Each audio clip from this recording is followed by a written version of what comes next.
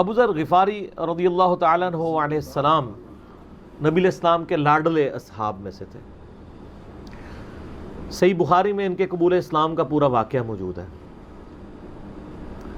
ان تک جب دعوت پہنچی کہ اس طرح ایک پیغمبر آئے ہیں مکے کی سرزمین میں جنہوں نے دعوی نبوت کیا، تو یہ انہوں نے پہلے اپنے بھائی کو بھیجا کہ خیر خبر لے کے آؤ، تو انہوں نے بتایا ہاں اس طرح ایک شخص ہے۔ پھر یہ خود رخت سفر باندھ کے نبی صلی اللہ علیہ وآلہ وسلم کی خدمت میں حاضر ہوئے مکہ شریف میں۔ تو صحیح بخاری میں آتا ہے کہ یہ گئے یعنی مکہ شریف میں، اب ڈر بھی رہے تھے، کیونکہ ان کو پتا تھا کہ نبی علیہ السلام کی مخالفت بھی بہت زیادہ ہے، کہ اگر میں کسی سے نبی علیہ السلام کے بارے میں پوچھا تو ہو سکتا ہے میرے ساتھ کوئی ایسی ایکٹیویٹی پرفارم نہ کر دے۔ تو یہ حرم مکہ میں انہوں نے ڈیرا ڈال لیا، اور کہتے ہیں میں جتنے دن وہاں رہا نا تو آب زمزم ہی پیتا تھا۔ جب میری کھجوریں ختم ہو گئی، زمزم کھانے کا کام بھی کرتا تھا اور پینے کا بھی، زمزم طاقت والا پانی۔ تو کہتے ہیں سب سے پہلے میری جس شخص سے ملاقات ہوئی وہ سیدنا علی ابن ابی طالب تھے رضی اللہ تعالیٰ عنہ علیہ السلام۔ تو کہتے ہیں حضرت علی نے جب مجھے آبزرو کیا نا تو مجھے اپنے ساتھ گھر لے گئے، کہ پردیسی ہے، کھانا شانا کھلایا، رات ٹھہرایا۔ کہتے ہیں نہ انہوں نے مجھ سے پوچھا کہ کس لیے آئے ہو، نہ میں نے ان کو بتایا۔ یہ میں آپ کو اخلاقیات بتا رہا ہوں کہ دعوت کا کام کتنا ٹھنڈے کر کے کرنا پڑتا ہے۔ آپ تو کہتے ہیں پہلے دن ہی کسی کو رفع الیدین شروع کروا دیں، اتنا آسان نہیں ہوتا یہ۔ تو دوسرا دن بھی اسی طرح گزرا، تیسرا دن بھی۔ تو 3 دن کے بعد ابو ذر غفاری نے خود حضرت علی پہ اعتماد کیا، اور ان کو اندازہ ہوا کہ یہ بڑا، تو انہوں نے کہا میں یعنی ایک، اور حضرت علی نے بھی ایکسپوز نہیں کیا کہ میں نبی علیہ السلام کے قریبی لوگوں میں سے ہوں۔ تو ان کا کہ مجھے تم ایک اچھے انسان لگے ہو تو میں اس کام کے لیے آیا ہوں، تو تم مجھے گائیڈ کرو محمد ابن عبداللہ کے بارے میں ان سے ملنا چاہتا ہوں صلی اللہ علیہ وسلم۔ تو سیدنا علی نے کہا کہ واقعی وہ تو اللہ کے پیغمبر ہیں، اور اس طرح۔ تو پھر وہ حضرت ابو ذر غفاری کو نبی علیہ السلام کے پاس لے گئے۔ نبی علیہ السلام کے پاس تھوڑی دیر بیٹھے، انہوں نے اسلام قبول کر لیا، اور سر اسلام کیا قبول کیا، اتنا اعلیٰ درجے کا ایمان۔ نبی علیہ السلام فرمایا تم اپنے قبیلے میں واپس چلے جاؤ، جب مکے میں ہمارا غلبہ ہوگا یا کوئی اللہ تعالیٰ راہ نکالے گا، ابھی تو جو بھی اسلام قبول کرتا ہے اس کی پھینٹی لگتی ہے، تو میں کوئی نہ کوئی تمہیں بتا دوں گا، ابھی تم اپنا ایمان پوشیدہ رکھو، اپنے علاقے میں چلے جاؤ۔ ان کا یا رسول اللہ ایسے نہیں ہو سکتا۔ وہ جناب آگے مکے خانہ کعبے کے اندر آ کے انہوں نے کہا میں گواہی دیتا ہوں کہ اللہ ایک ہے اور محمد صلی اللہ علیہ وسلم اس کے رسول ہے۔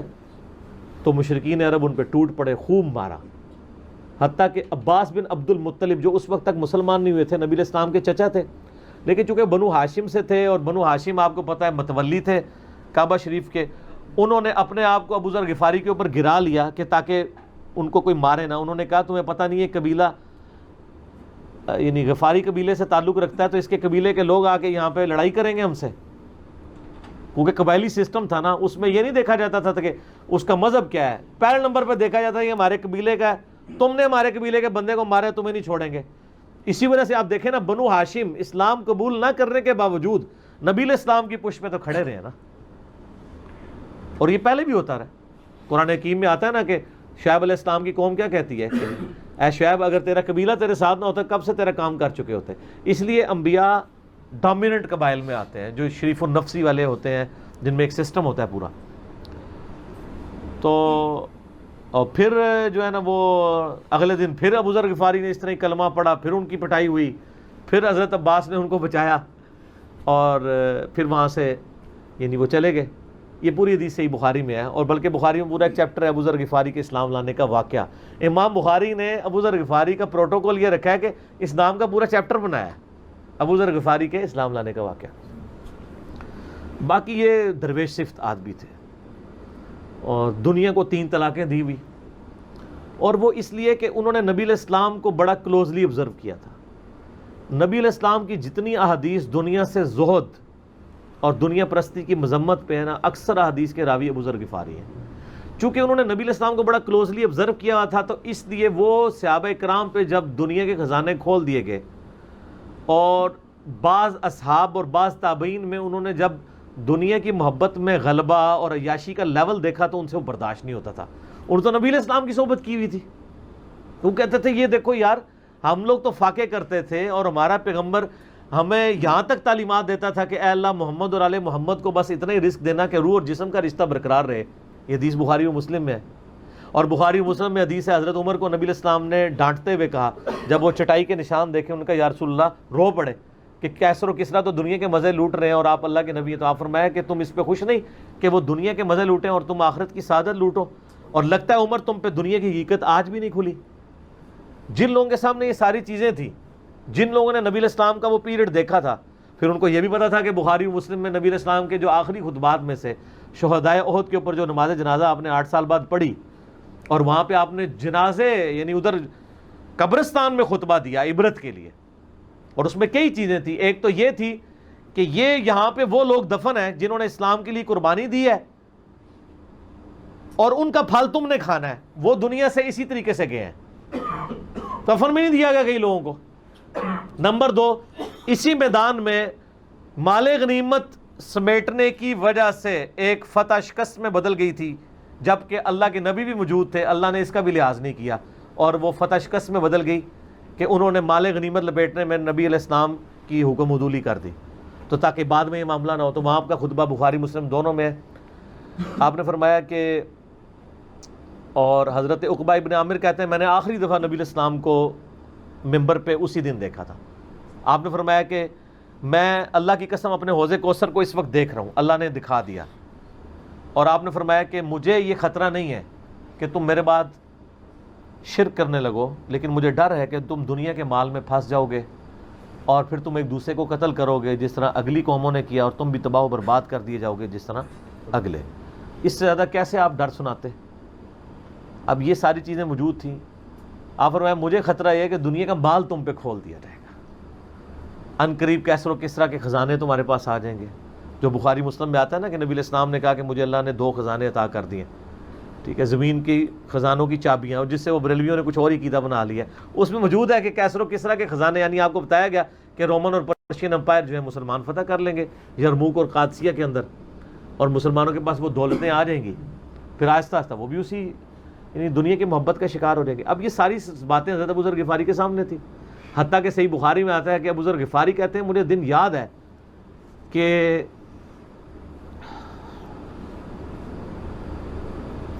نبی علیہ السلام نے فرمایا کہ ابو ذر وہ احد پہاڑ دیکھ رہے ہو؟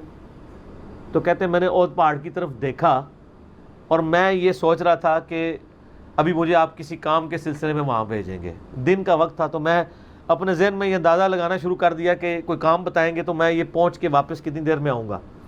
لیکن آپ نے یہ بات نہیں کرنی تھی. آپ نے فرمایا کہ اگر یہ سارا پہاڑ جو کئی کلومیٹرز پہ پھیلا ہوا ہے, آج بھی احد پہاڑ موجود ہے مدینہ شریف میں, مسجد نبی سے بھی نظر آتا ہے, اور جو شہدائے احد کا قبرستان ہے اس کی بالکل بیک سائڈ پہ کئی کلومیٹرز پہ پھیلا ہوا, اگر یہ سارا سونے کا ہو تو آپ علیہ السلام فرمایا کہ میں سب کا سب اللہ کی راہ میں فوراً شام سے پہلے خیرات کر دوں. اپنے پاس میں 2 یا 3 دینار ہی رکھوں صرف, یعنی جو ٹوٹل زندگی گزارنے کے لیے سب خیرات کر دوں. اب مجھے بتائیں جن لوگوں نے, یہ ابو ذر غفاری راوی, جن لوگوں نے یہ حدیثیں حضور سے سنی بھی تھی, جب وہ یہ دیکھتے تھے کہ رومن اور پرشین امپائر کے گرنے کے بعد جب مسلمانوں کے پاس خزانے آئے ہیں اور حضرت عثمان کے دور میں لوگوں کے لاکھوں روپے آج کے وظیفے لگ گئے ہیں گھر بیٹھے, وہ بھی انہی عیاشیوں میں پڑ گئے ہیں, تو ان کو یہ چیزیں ہضم نہیں ہوتی تھی. تو یہ شام ہجرت کر گئے تھے. نبی علیہ السلام نے پہلے ہی کہا تھا, المستدل العاقب میں تو ڈیٹیل موجود ہے. یہاں پہ میں آپ کو ضمن بتا دوں, اکثر لوگ صحابہ کرام کے حالات و واقعات کے بارے میں پوچھتے ہیں, مطلب پوری زندگیاں لگ جائیں تو وہ واقعات بیان کرتا رہے انسان, ختم نہیں ہوتے. اس میں 3 بڑی کتابیں ہیں جو یعنی اہل سنت کے ائمہ نے لکھی ہیں. اس میں جو ٹاپ آف دا لسٹ کتاب ہے وہ ہے اسد الغابہ. امام ابن اثیر المتوفی 630 ہجری نے 8000 صحابہ کے حالات و واقعات جمع کیے ہیں اس کے اندر. یہ اردو میں ترجمہ ہو چکا ہے شرح کے ساتھ. اس کی شرح لکھی ہے الاصابہ امام ابن حجر اسقلانی نے, المتوفی 852 ہجری. 8000 صحابہ کے حالات و واقعات, یہ سب سے بڑا ذخیرہ ہے ہمارے پاس. اسد الغابہ کی شرح الاصابہ، اور ایک اور کتاب ہے امام ابن عبد البر المتوفی 463 ہجری الاستیاب، ان کی کتاب ہے، اب وہ ابھی اردو میں ٹرانسلیٹ نہیں ہوئی ہے۔ اور اس کے علاوہ فضائل صحابہ جو چیپٹر ہیں بخاری میں، مسلم میں، وہ آپ کو چند ایک واقعات ملیں گے ڈیٹیلڈ۔ آپ کو المستدرک للحاکم میں جو 4 اور 5ویں جلد ہے نا، جو اردو ترجمے والی بریلویوں نے چھاپی ہے، وہ تو ساری ہے ہی صحابہ کرام کے بارے میں، اور ڈیٹیلڈ حالات ہیں۔ ابو ذر غفاری کے بارے میں بھی آپ کو آلموسٹ جتنی میں حدیثیں بیان کر رہا ہوں آپ کو مل جائیں گی اس میں۔ تو اس میں یہ حدیث نبی علیہ السلام نے، یعنی یہ حدیث ہے المستدرک للحاکم میں صحیح سند سے، کہ فرمایا آپ علیہ السلام نے کہ ابو ذر تیرا کیا حال ہوگا جب تو بھوسا لوگوں میں رہ جائے گا، اور آپ نے یوں انگلیاں ڈالیں، اور ابو ذر غفاری کا انتقال 32 ہجری میں ہوا ہے حضرت عثمان کے دور میں۔ یہ بات عبداللہ بن عمر بن عاص کے بارے میں نہیں کہی تھی؟ وہ بھی ہے، وہ تو صحیح بخاری میں ہے۔ عبداللہ بن عمر بن عاص کو نبی علیہ السلام نے فرمایا تھا کہ تو بھوسا لوگوں میں رہ جائے گا۔ سیم الفاظ حضرت ابو ذر غفاری کے بارے میں حاکم میں ہے، آپ مستدرک الحاکم کا چیپٹر کھول لیں۔ وہ تو یزید کے دور تک گئے تھے نا، یہ حضرت عثمان غنی کے دور میں فوت ہوئے ہیں۔ یعنی حضرت عثمان غنی برے نہیں تھے نعوذ باللہ، یعنی ان کے دور میں عیاشی کا لیول لوگوں کا یہ ہو گیا تھا۔ تو یہ یعنی اس میں پھر حدیث میں الفاظ ہیں، نبی علیہ السلام سے پھر انہوں نے کہا یا رسول اللہ میں کیا کروں، تلوار اٹھا لوں؟ آپ فرمایا صبر کرنا اور اپنی زبان سے تم حق بات کی تلقین کرتے رہنا، ٹھیک ہے؟ پھر آپ کو حاکم میں ملے گا۔ نبی علیہ السلام فرمایا کہ ان قریب تمہیں مدینے سے نکال دیا جائے گا، شام چلے جاؤ گے وہاں سے بھی نکال دیا جائے گا۔ اور سر ایک بڑی دردناک حدیث ہے ابو ذر غفاری کے بارے میں، وہ حاکم میں ہی ہے، المستدرک الحاکم میں۔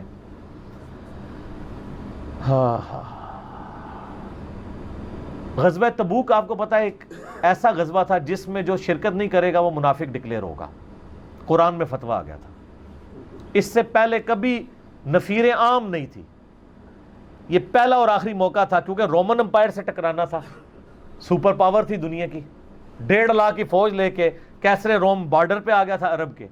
تو نبی علیہ السلام نے اناؤنسمنٹ کی کہ بھئی اب سب نے جانا ہے، جو نہیں جائے گا منافق شمار ہوگا، الا یہ کہ کسی کے پاس ریسورسز نہ ہو، یا کوئی مریض ہو، یا کوئی عورت ہو، یا کوئی معذور ہو۔ منافقین آگے بہانے کر رہے تھے، کچھ سادہ لوگ مسلمان بھی اس کا حصہ بن گئے۔ بخاری مسلم میں 3 اصحاب کی توبہ کا واقعہ بھی موجود ہے، وہی میری ویڈیو ریکارڈڈ ہے۔ تو کعب بن مالک کی رضی اللہ تعالیٰ عنہ علیہ السلام، تو کچھ لوگ جو ہے وہ یعنی اپنے ان معاملات کی وجہ سے کچھ پیچھے بھی رہ گئے۔ تو المستدرک الحاکم میں آتا ہے کہ صحابہ کرام کہتے ہیں کہ ہم نبی علیہ السلام کے ساتھ سفر پہ نکلے نا جب، تو نبی علیہ السلام کو آ کے کوئی بتاتا تھا، کہتا تھا یا رسول اللہ وہ جو فلاں بندہ تھا نا وہ بھی کوئی نہیں آیا، پیچھے رہ گیا۔ تو آپ علیہ السلام پرواہ نہیں کرتے تھے۔ پھر بتایا گیا یا رسول اللہ وہ بھی کوئی نہیں، یعنی جڑے نعرے مارتے سن اچے اچے، جدوں ایتھے کسی نے دسایا جائے گا سر وہ تہاڈا پکا جڑا یار ہے بیلی وہ بھی کوئی نہیں جے، تو حضور علیہ السلام کو لوگ نا فیڈ بیک دیتے یا رسول اللہ وہ بھی غائب ہے، وہ بھی نہیں آیا۔ اب 30,000 کے لشکر میں آپ نے کوئی ریکارڈ تو نہیں رکھا تھا، رجسٹر تھا، لیکن کدھر 30,000 بندوں میں کدھر کوئی رکھ سکتا ہے صاحب اس طرح، یا رسول اللہ وہ بھی رہ گیا وہ بھی۔ تو حضور علیہ السلام کہتے ٹھیک، آپ فرماتے تھے اللہ چاہے گا تو آ جائے گا، نہیں آئے گا تو نہیں آئے۔ تو کسی نے کہا کہ وہ ابو ذر غفاری بھی پیچھے رہ گیا، آیا اور ابو ذر کو اس کے اونٹ نے روک لیا۔ اونٹ ہی نہیں اٹھ رہا تھا نا سر، وہ آپ کو گاڑی تو نہیں ہے نا جو سٹارٹ کر لیں گے آپ، اونٹ چلنے سے انکار کر دے، کوئی کر سکتا ہے؟ اور سر سفر کتنا ہے؟ 700 کلومیٹر، 700 کلومیٹر کا ریگستانی سفر آج کے دور میں بھی کرنا مشکل ہے۔ سائیکل پہ نہیں آپ کر سکتے، پیدل تو آپ سوچ بھی نہیں سکتے، اونٹ کے بغیر کیسے ہو سکتا ہے؟ جس میں آپ کو اونٹ اس لیے بھی ضروری ہے کہ اس کے اوپر آپ نے سامان لادنا ہے، پانی نہیں راستے میں پینا، ریگستان میں تو کئی کلومیٹرز تک کچھ بھی نہیں ہوتا، بھوکے پیاسے مریں گے، پھر آپ قافلے سے بھی جدا ہیں۔ تو ابو ذر غفاری کوشش کرتے رہے کس طریقے اونٹ، اسی دوران قافلہ نکل گیا آگے، تو وہ اونٹ اٹھا ہی نہیں ہے، تو حضرت ابو ذر غفاری نے اپنا سامان اپنی پیٹھ پہ لاد لیا، پیدل چل پڑے ریگستانی سفر میں۔ حاکم کی روایت ہے کہ ہم نے دیکھا دور سے ایک اکیلا شخص آ رہا ہے جس کی پیٹھ کے اوپر بورا لدا ہوا ہے، تو نبی علیہ السلام کی آپ محبت دیکھیں، آپ نے فرمایا کہ تو ابو ذر ہو جا، یعنی جو آنے والا شخص ہے تو ابو ذر ہو، یعنی حضور نے خواہش کا اظہار کیا. آپ کو نظر تو نہیں آ رہا تھا یہ کون آ رہا ہے، آپ کی محبت، آپ کو پتا تھا ابو ذر غفاری نہیں رہ سکتا پیچھے. تو صحابہ کہتے ہیں آپ نے فرمایا تو ابو ذر ہو جا، تو صحابہ کہتے ہیں تھوڑی دیر بعد جب وہ قریب آئے تو ہم نے پہچان لیا ابو ذر غفاری ہیں. تو جب ہم نے پہچان لیا نا تو حضور علیہ السلام نے ان کے پہنچنے سے پہلے آپ نے فرمایا ابو ذر کو دیکھو اکیلا آ رہا ہے، اکیلے ہی دنیا سے جائے گا اور قیامت دن بھی اکیلا اٹھایا جائے گا. تو دنیا سے کیا کہہ رہے گے، صحیح بخاری میں آتا ہے کہ حضرت عثمان غنی رضی اللہ عنہ کے دور میں چکے،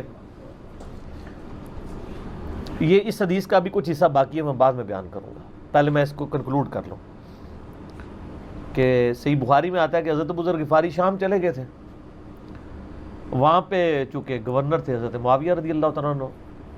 تو وہ قرآن کی وہ جو سورہ توبہ کی آیات ہے نا کہ جو لوگ سونا اور چاندی جوڑ کے رکھتے ہیں یہ گرم کر کے ان کی پیٹھوں پہ، ان کے ماتھے کے اوپر لگایا جائے گا قیامت والے دن. تو وہ یہ آیت پڑھا کرتے تھے اور حضرت معاویہ سے ان کا جھگڑا رہتا تھا کہ تم لوگ جو یہ مال جوڑ رہے ہو نا اور یہ اتنے خزانے تم لوگوں نے بنا لیے ہیں، یہ نبی علیہ السلام کی تعلیمات کے خلاف ہے. تو حضرت معاویہ کہتے تھے یہ تو اہل کتاب کے بارے میں آیات نازل ہوئی ہیں، تو وہ کہتے تھے نہیں یہ سب کے بارے میں ہے. اب شرعی حکم یہ ہے کہ مال آپ جوڑ سکتے ہیں اگر آپ زکوٰۃ دے رہے ہیں، لیکن یہ پسندیدہ نہیں ہے، طریقہ نبوت یہ نہیں ہے. نبی علیہ السلام نہیں جوڑ سکتے تھے، پوری زندگی زکوٰۃ دینے کی نوبت نہیں آئی ہے، حالانکہ خمس ملتا تھا، خیرات کرتے تھے. ابو ذر غفاری کا جھگڑا یہ تھا کہ تم تو نبی کے اصحاب ہو، تم لوگوں کو یہ زیب ہی نہیں دیتا کہ تم لوگ اس طرح کے محلات میں رہو اور اس طرح مال جوڑو. تو اب چونکہ سینئر صحابی تھے، ان کو ہاتھ ڈالنا بھی آسان نہیں تھا. پھر نبی علیہ السلام نے فرمایا ہو کہ اس سے زیادہ سچا انسان ہی کوئی نہیں. تو حضرت معاویہ نے خط لکھا حضرت عثمان کو کہ جی اس بندے سے میری جان چھڑائیں نا، اس کو آپ واپس بلائیں. تو حضرت معاویہ نے جب خط لکھا تو حضرت عثمان نے ان کو کہا تم مدینہ شریف واپس آ جاؤ. مدینہ شریف جب یہ واپس آئے تو صحیح بخاری میں آتا ہے کہ لوگوں کا جھمگٹا لگ گیا ابو ذر غفاری کے گرد. لوگوں کو پتا تھا کہ تو بڑا یعنی زہد والا بندہ ہے. تو ابو ذر غفاری وہی حدیثیں سنایا کرتے تھے کہ حضور نے فرمایا یہ احد پہاڑ سونے کے برابر ہو تو میں خیرات کر دوں گا. جبکہ باقی صاحب کہتے تھے کہ مال جوڑنا جائز ہے اگر زکوٰۃ کوئی دیتا رہے. وہ یہ کہتے تھے کہ یار یہ تم لوگوں کو تو زیب نہیں نہ دیتا، یار تم لوگ تو یہ باتیں نہ کرو، تم لوگ نبی کی صحبت یافتہ ہو، تم لوگوں کو تو زہد ہونی چاہیے تم لوگوں کی زندگی میں. اب لوگوں کا ہجوم ان کے گرد لگ گیا اور پھر حضرت عثمان نے ان کو خلیفہ وقت بلایا اور کہا کہ یار تو خود ہی مدینہ شریف چھوڑ کے یہاں سے چلا جا، تیری وجہ سے فتنہ کھڑا ہو رہا ہے. تو حضرت عثمان نے کہا میں نے تو نبی علیہ السلام سے سنا تھا کہ حکمرانوں کی اطاعت کرنا، صبر کر لینا. تو ایک زبدہ نامی کا ایک گاؤں تھا مدینہ شریف کے پاس، شہر سے ہٹ کے، تو وہ پھر وہاں پہ ہجرت کر گئے. آپ دیکھیں ریونج کیسا تھا، لوگ کتنے ڈرے ہوئے تھے کہ ابو ذر اپنی بوڑھا شخص 80-90 سال کا بابا اپنی ایک بڑھیا بیوی کو لے کے اس عمر میں شہر بدر ہو رہا ہے اکیلا. آج نہیں آپ سوچ سکتے کسی جگہ آپ اکیلے جا کے پڑاؤ کریں، کسی بیابان کے اندر، ریگستان کے اندر. اس زمانے میں آپ سوچ رہے، آج کل بھی آپ مدینہ شریف کے گرد چلے جائیں تو آپ وہاں نہیں ایک رات بھی نہیں گزار سکتے. تو کوئی شخص حضرت ابو ذر غفاری کو سی آف کرنے نہیں آیا سوائے حضرت علی کے، اور وہ بھی مدینے کی باؤنڈری تک آئے. ان کو پتا تھا ان کے سٹانس کے بارے میں، اور حضرت علی نے ان کو جب سی آف کیا تو کہا کہ میں چونکہ حکمران وقت کی اطاعت کا پابند ہوں، میں مدینے کی باؤنڈری سے باہر نہیں جاؤں گا. اگر مجھے کوئی اس طرح کا یعنی حکم اجازت مل جاتی تو میں تیرے ساتھ جاتا.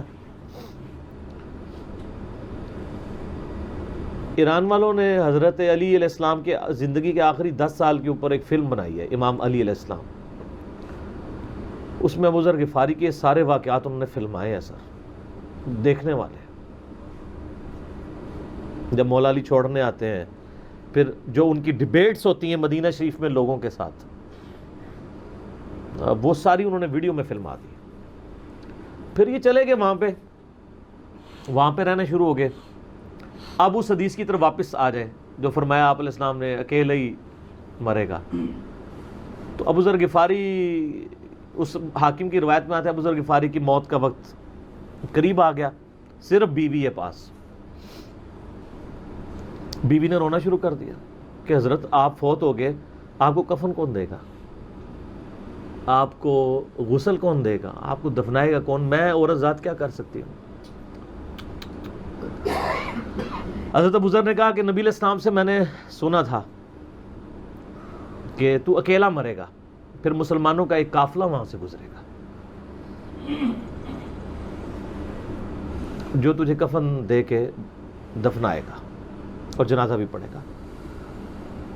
تو نے فکر نہیں کرنی، جب میں مر جاؤں تو میری لاش کو چوراہے پہ رکھ دینا، گزرگاہ پہ، جو یعنی مدینہ کی طرف راستہ آتا تھا گاؤں ایریا سے گزر کے. اللہ میرا بندوبست کر دے گا.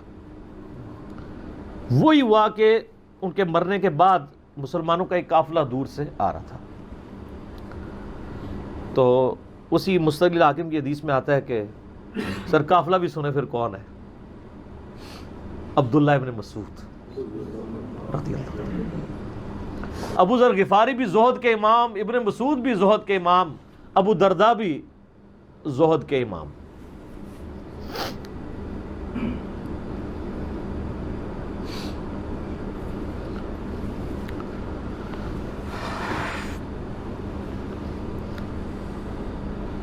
ابن مسعود رضی اللہ تعالیٰ عنہ جب وہاں پہ رکے، ان کو تو نہیں پتا تھا یہ کون ہے.